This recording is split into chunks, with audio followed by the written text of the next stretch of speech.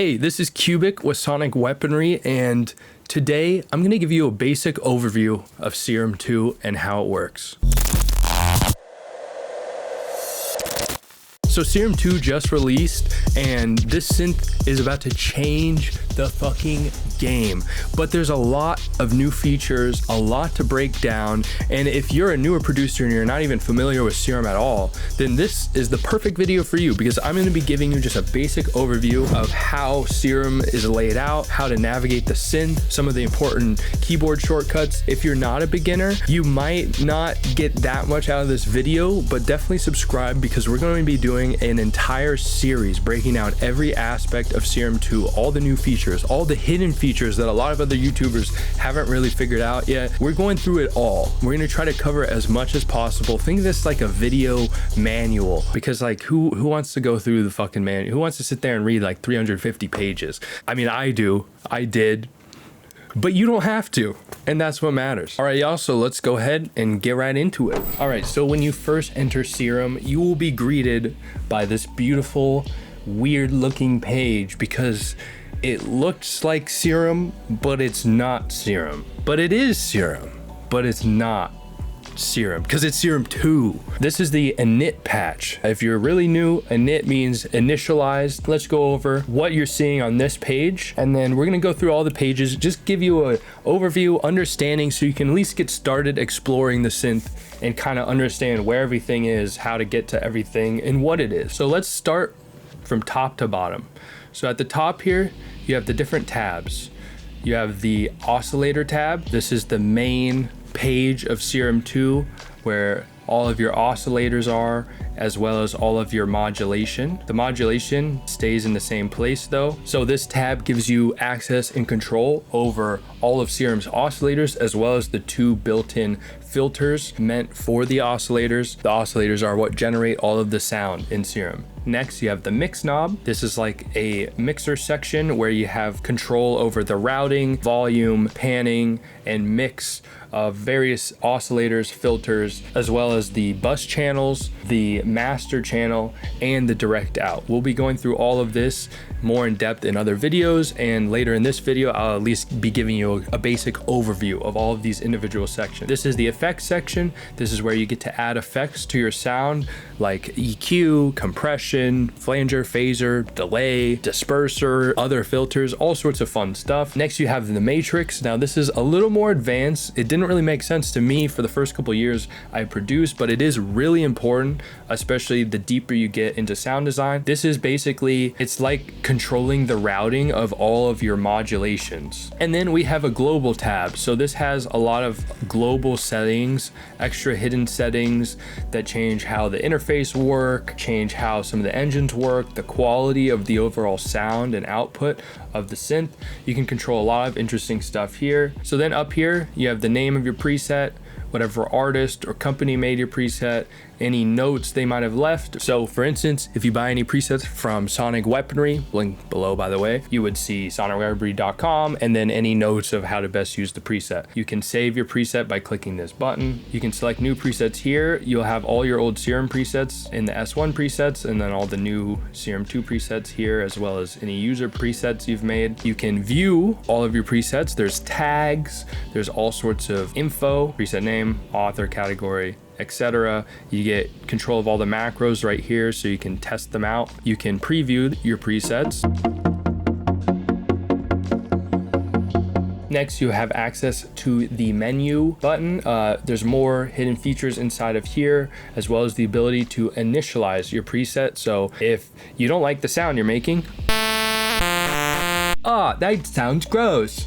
Let me just init the preset, and now everything gets reset to default, which the default is just one oscillator enabled with a saw wave. You can save a new default preset if you don't want it to just reset to this every time. Like let's say you use a compressor all the time. I'm saying this because I do this pretty much every time I sound design. I start off by adding an OTT. So you could save as a default preset, and then every time you init the preset, it would load whatever you chose to save. Then over here, you have the volume knob. They call it main volume, but you can think of it as the master volume. It's like the final output of your synth. synth aside from the direct out, which is separate from the main output. So this is just like a global volume knob essentially. Then you have an awesome new feature added to Serum, which synths like Vital, and I think Phaseplant also has it now, but Vital was one of the first synths I saw personally introduce undo and redo buttons inside of the synth. A very welcomed change, so you can undo or redo pretty much anything that you do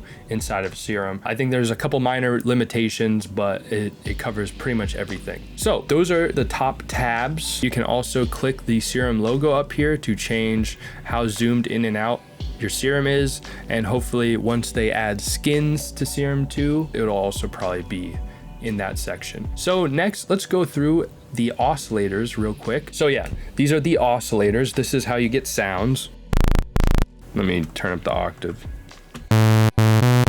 Actually, speaking of octave, transition to the keyboard. Something really cool about Serum 2 is that they're giving you the option to transpose your keyboard, basically increasing what octave or pitch you want the keyboard to be defaulting at inside of the synth.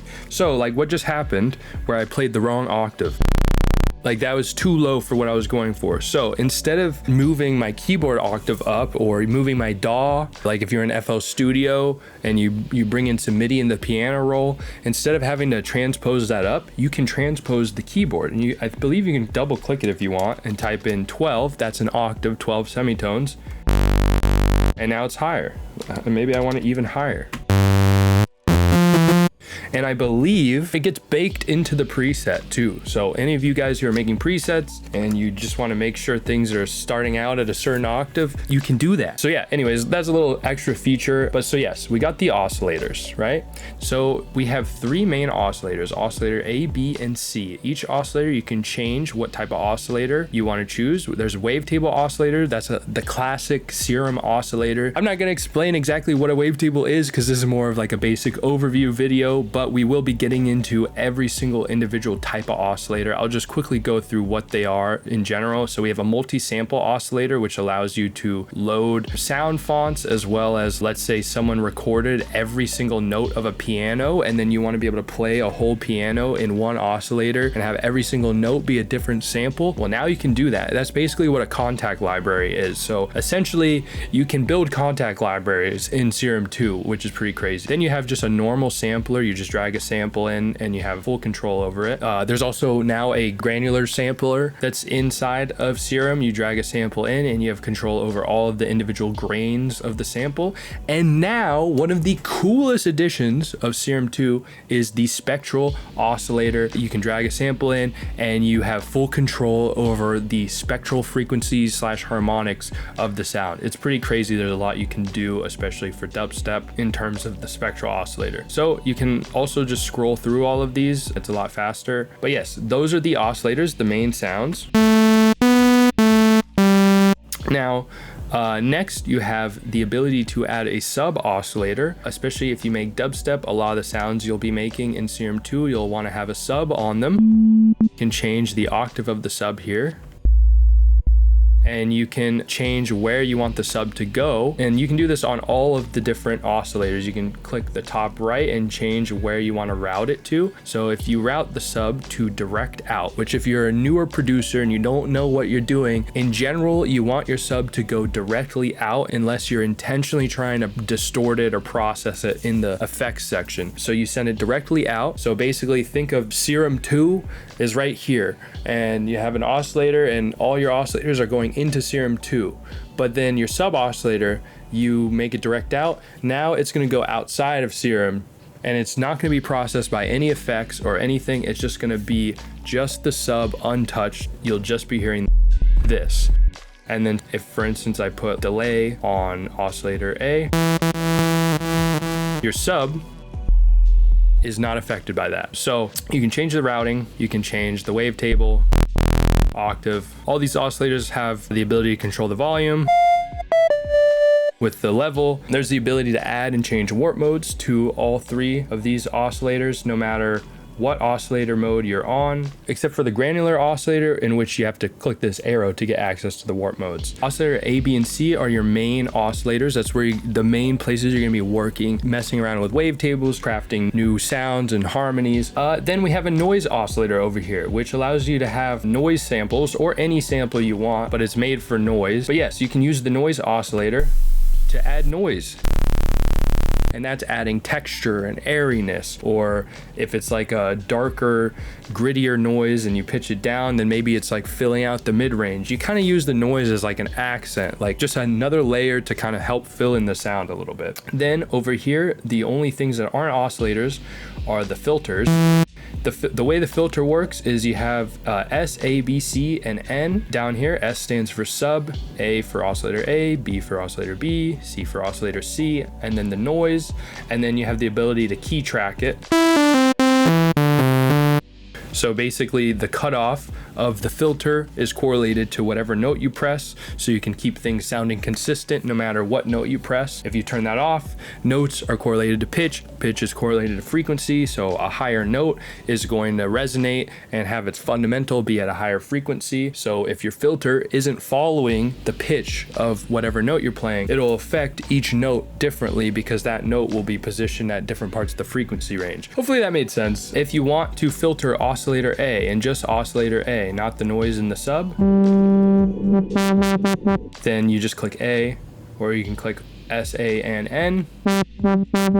You can also go into any oscillator and choose which filter you want it to go into, or put it in the middle for both. Control click to reset any knob or any setting to its default. So as you can see, I just changed the start and random of the noise. If I control click, it resets it. So that's something really important to remember. So in the filter, you can either have filter 1 go straight to main, which means it goes through the effects section, or you can have it go into filter 2, creating essentially, it's what's called a serial routing of filters. So filter 1 goes into filter 2. And so let's say you have oscillator A going into the filter. So you can do it up here, or you can just click this. So you have oscillator A going into filter 1.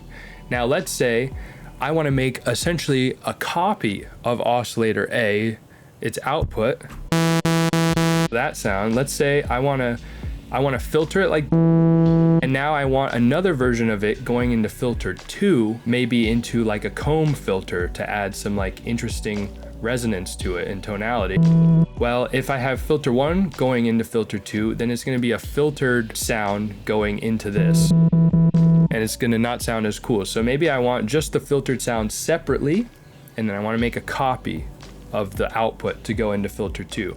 So what you can do is you route filter 1 to main, and then you just go to filter 2 and you click A. And now A is going to both filter 1 and filter 2 separately. It's basically duplicated itself, and now you get two different versions of it. So there's no low end content here because I've just filtered that out, and it's just the high end. We still have the low end from here.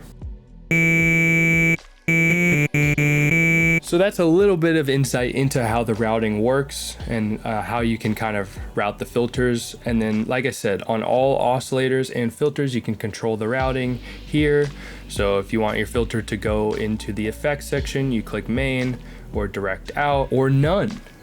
Which is interesting, but there is an actual use case for none, which I'll get into in a later video when I go over some hidden features and techniques within Serum 2. So next thing to go over is this modulation section here. So you have the envelope modulators.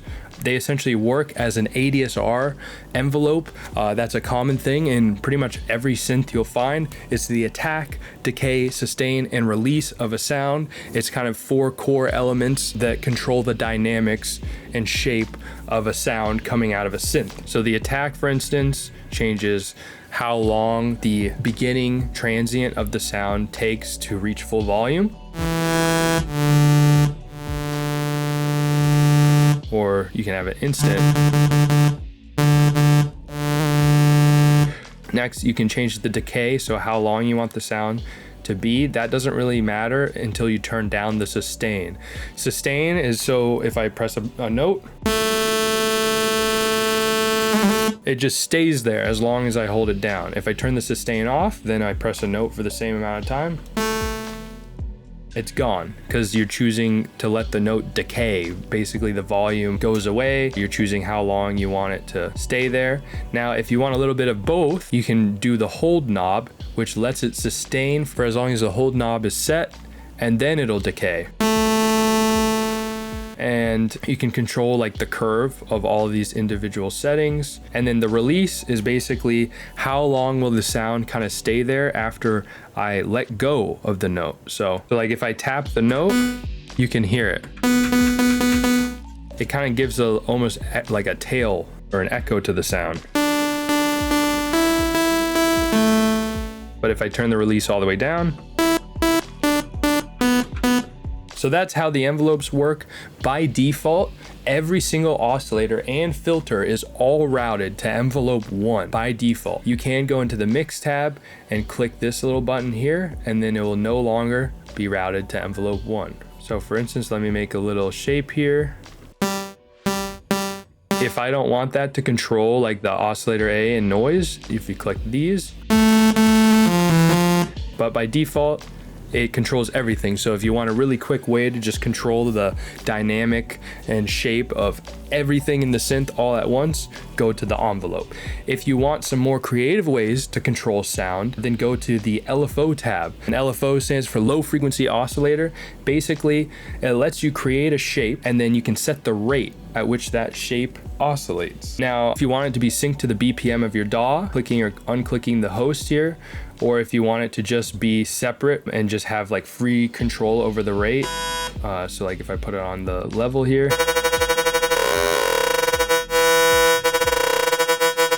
so you can get really creative with that, or you turn on BPM in the host, and if I put it at 1/4, it's gonna be quarter notes at 145 BPM.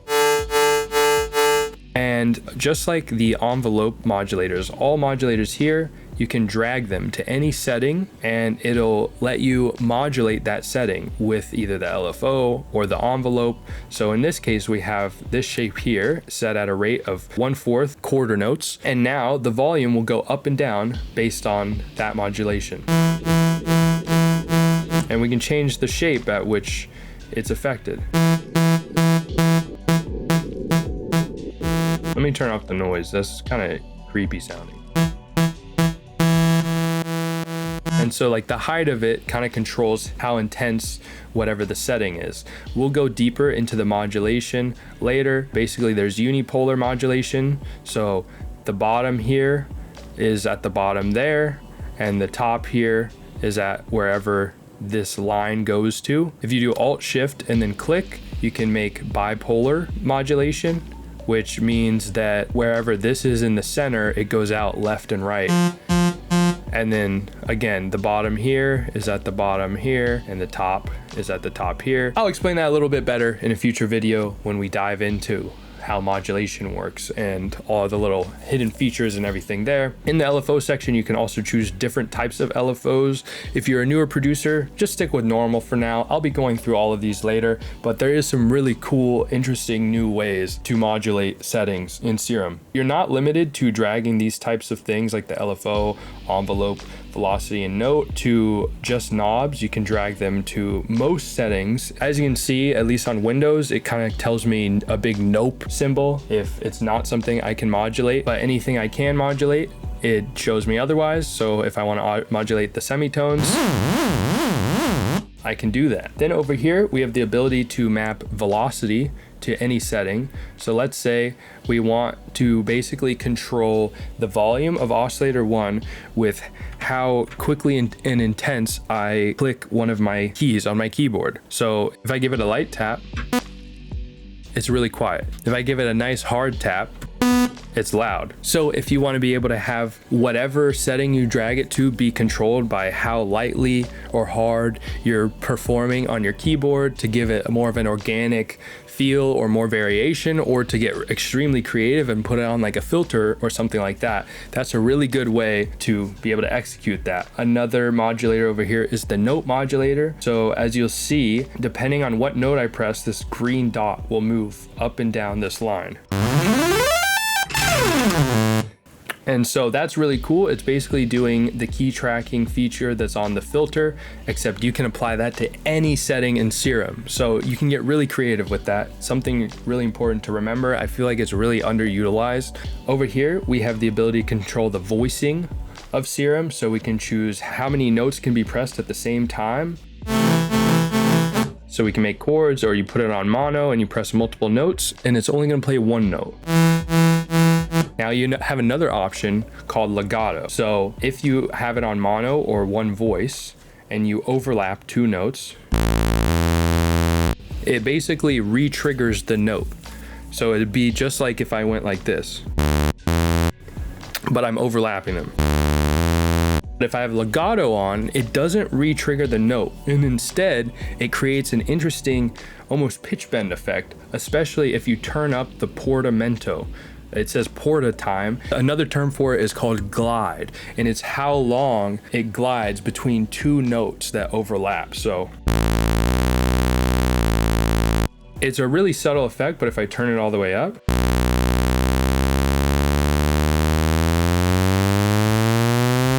I just overlapped multiple notes and it basically made a riser out of it. If I put it more in the middle, then it's a more satisfying effect. So you can kind of make your melodies glide, and like it gives a really interesting effect, especially for like lead melodies. And as you heard, that's also kind of how they do a lot of that like West Coast hip hop. Those like, okay, I didn't do a good impression, but hopefully you know the types of leads I'm talking about. But anyway, so that's Portamento. You can have it all the ways on, and you can change the curve over here. And if you turn on scaled, I don't actually know what it does, but this is a perfect time to show you an amazing feature of Serum 2. If you hover over any setting on here, it generally pops up with a little help bubble that tells you what it does. So that is all that's going on in the main oscillator page. This is the most important page of the whole synth. Next, we'll quickly do an overview of the mix tab. So this is essentially, like I said, control over all of the routing. Something to point out, like if you have the sub mapped to direct out, you can now balance the volume of the direct out with the main volume. So let's say I want more sub and less of the saw wave. So this basically just gives you like session or mixer view in your DAW inside of Serum, and you get a better way to just control the balancing, the panning, the routing of all of the different main sections of the synth, all in the mix tab. Next, we got the effects. This is going to be one of the most important sections of Serum 2 for you. So first off, you have this icon here, which lets you expand the effects section, because sometimes it can get a little crowded in there, because now we have the new addition where they let you duplicate as many effects as you would like in Serum 2. So you can have 15 different OTTs if you want, and you should have 15 different OTTs. So you add in effects on the side here, and you can just keep adding them. You can hold Alt to drag to duplicate whatever you have already. You can delete by clicking here. You can enable or disable by clicking here. When it's red, it's disabled. You can load your own preset racks here. So I have this one, 4 OTT. It's actually 3 disperser. You can definitely expect to get a bunch of free preset racks and things like that from us at Sonic Weaponry. I'll definitely be dropping some sauce like that. So yeah, that's how you add and take away effects. And then you also have bus 1 and bus 2. So like you'll notice in all the routing, you have the ability to send stuff to bus 1 or bus 2. It's basically the same as like a send track. So if you do bus 1, then now, if we go to the mix knob, I'll show you. Oscillator A is going to be going through the main, but it'll also be going through the bus 1. And so let's say you have bus 1 going to direct out. You can basically split up the signal of your oscillator going to both the effects and direct out. and then you can have different effects on each one. So I'll get more in depth to it later on, but basically it allows you to have multiple effects chains processing different sounds, or it allows you to send your sub to bus 1 and put filters and distortion on just your sub, and then have oscillator A just be sent to the effects or to bus 2. So you can get really creative with all of this. So that's the effects section. Then we'll get into the matrix here. I'm just going to be very brief on this because this is a lot more advanced and complicated, but it is a very valuable section. So just like how you can drag an LFO to anything in here, like the level of oscillator A, now that shows up in the matrix. And so you have the source modulation. So what are you using to modulate? So you can choose a bunch of stuff here, your envelopes, your note, your oscillators. So you can have oscillator A modulate the level of oscillator B. Now, I don't even understand how that works, but I guess we're gonna find out. So in the matrix, you change the amount. That's basically the same as when you do this.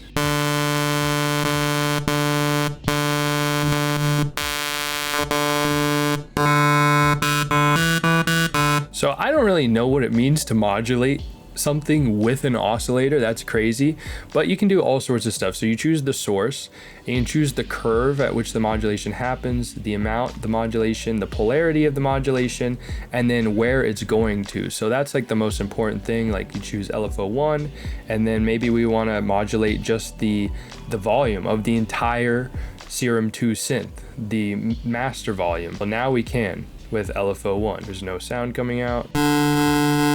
So that's how the matrix works. There's more complicated stuff here. We'll go over it in another video. And then I already kind of went through the global tab. Essentially, it's just a bunch more settings. I'll be diving into this deeper in the future. So that is pretty much a basic overview of the layout of Serum 2. Well, all right, Sonic Weaponry Army, that is pretty much a basic overview of Serum 2, how it's laid out, how it works in general. We'll be diving deeper into everything, all the individual settings, the oscillators, warp modes, hidden features, tips and tricks. Also, if you are especially a newer producer, but any level of producer, and you're in need of really high quality tools like presets, generator racks to generate infinite amounts of basses, really good drum packs, whatever it may be, or even free resources, go ahead and check out our website, sonicweaponry.com. In the description, we got a lot of really cool stuff, so definitely check that out. But if that's not your thing and you're just here for the tutorials, well, subscribe, because we're gonna be putting out a lot more of these in the next couple of weeks, and we're gonna be diving into everything. This is gonna be like a video manual. So yeah, with that, I'm Cubic, and I hope you have an amazing rest of your day and your production journey.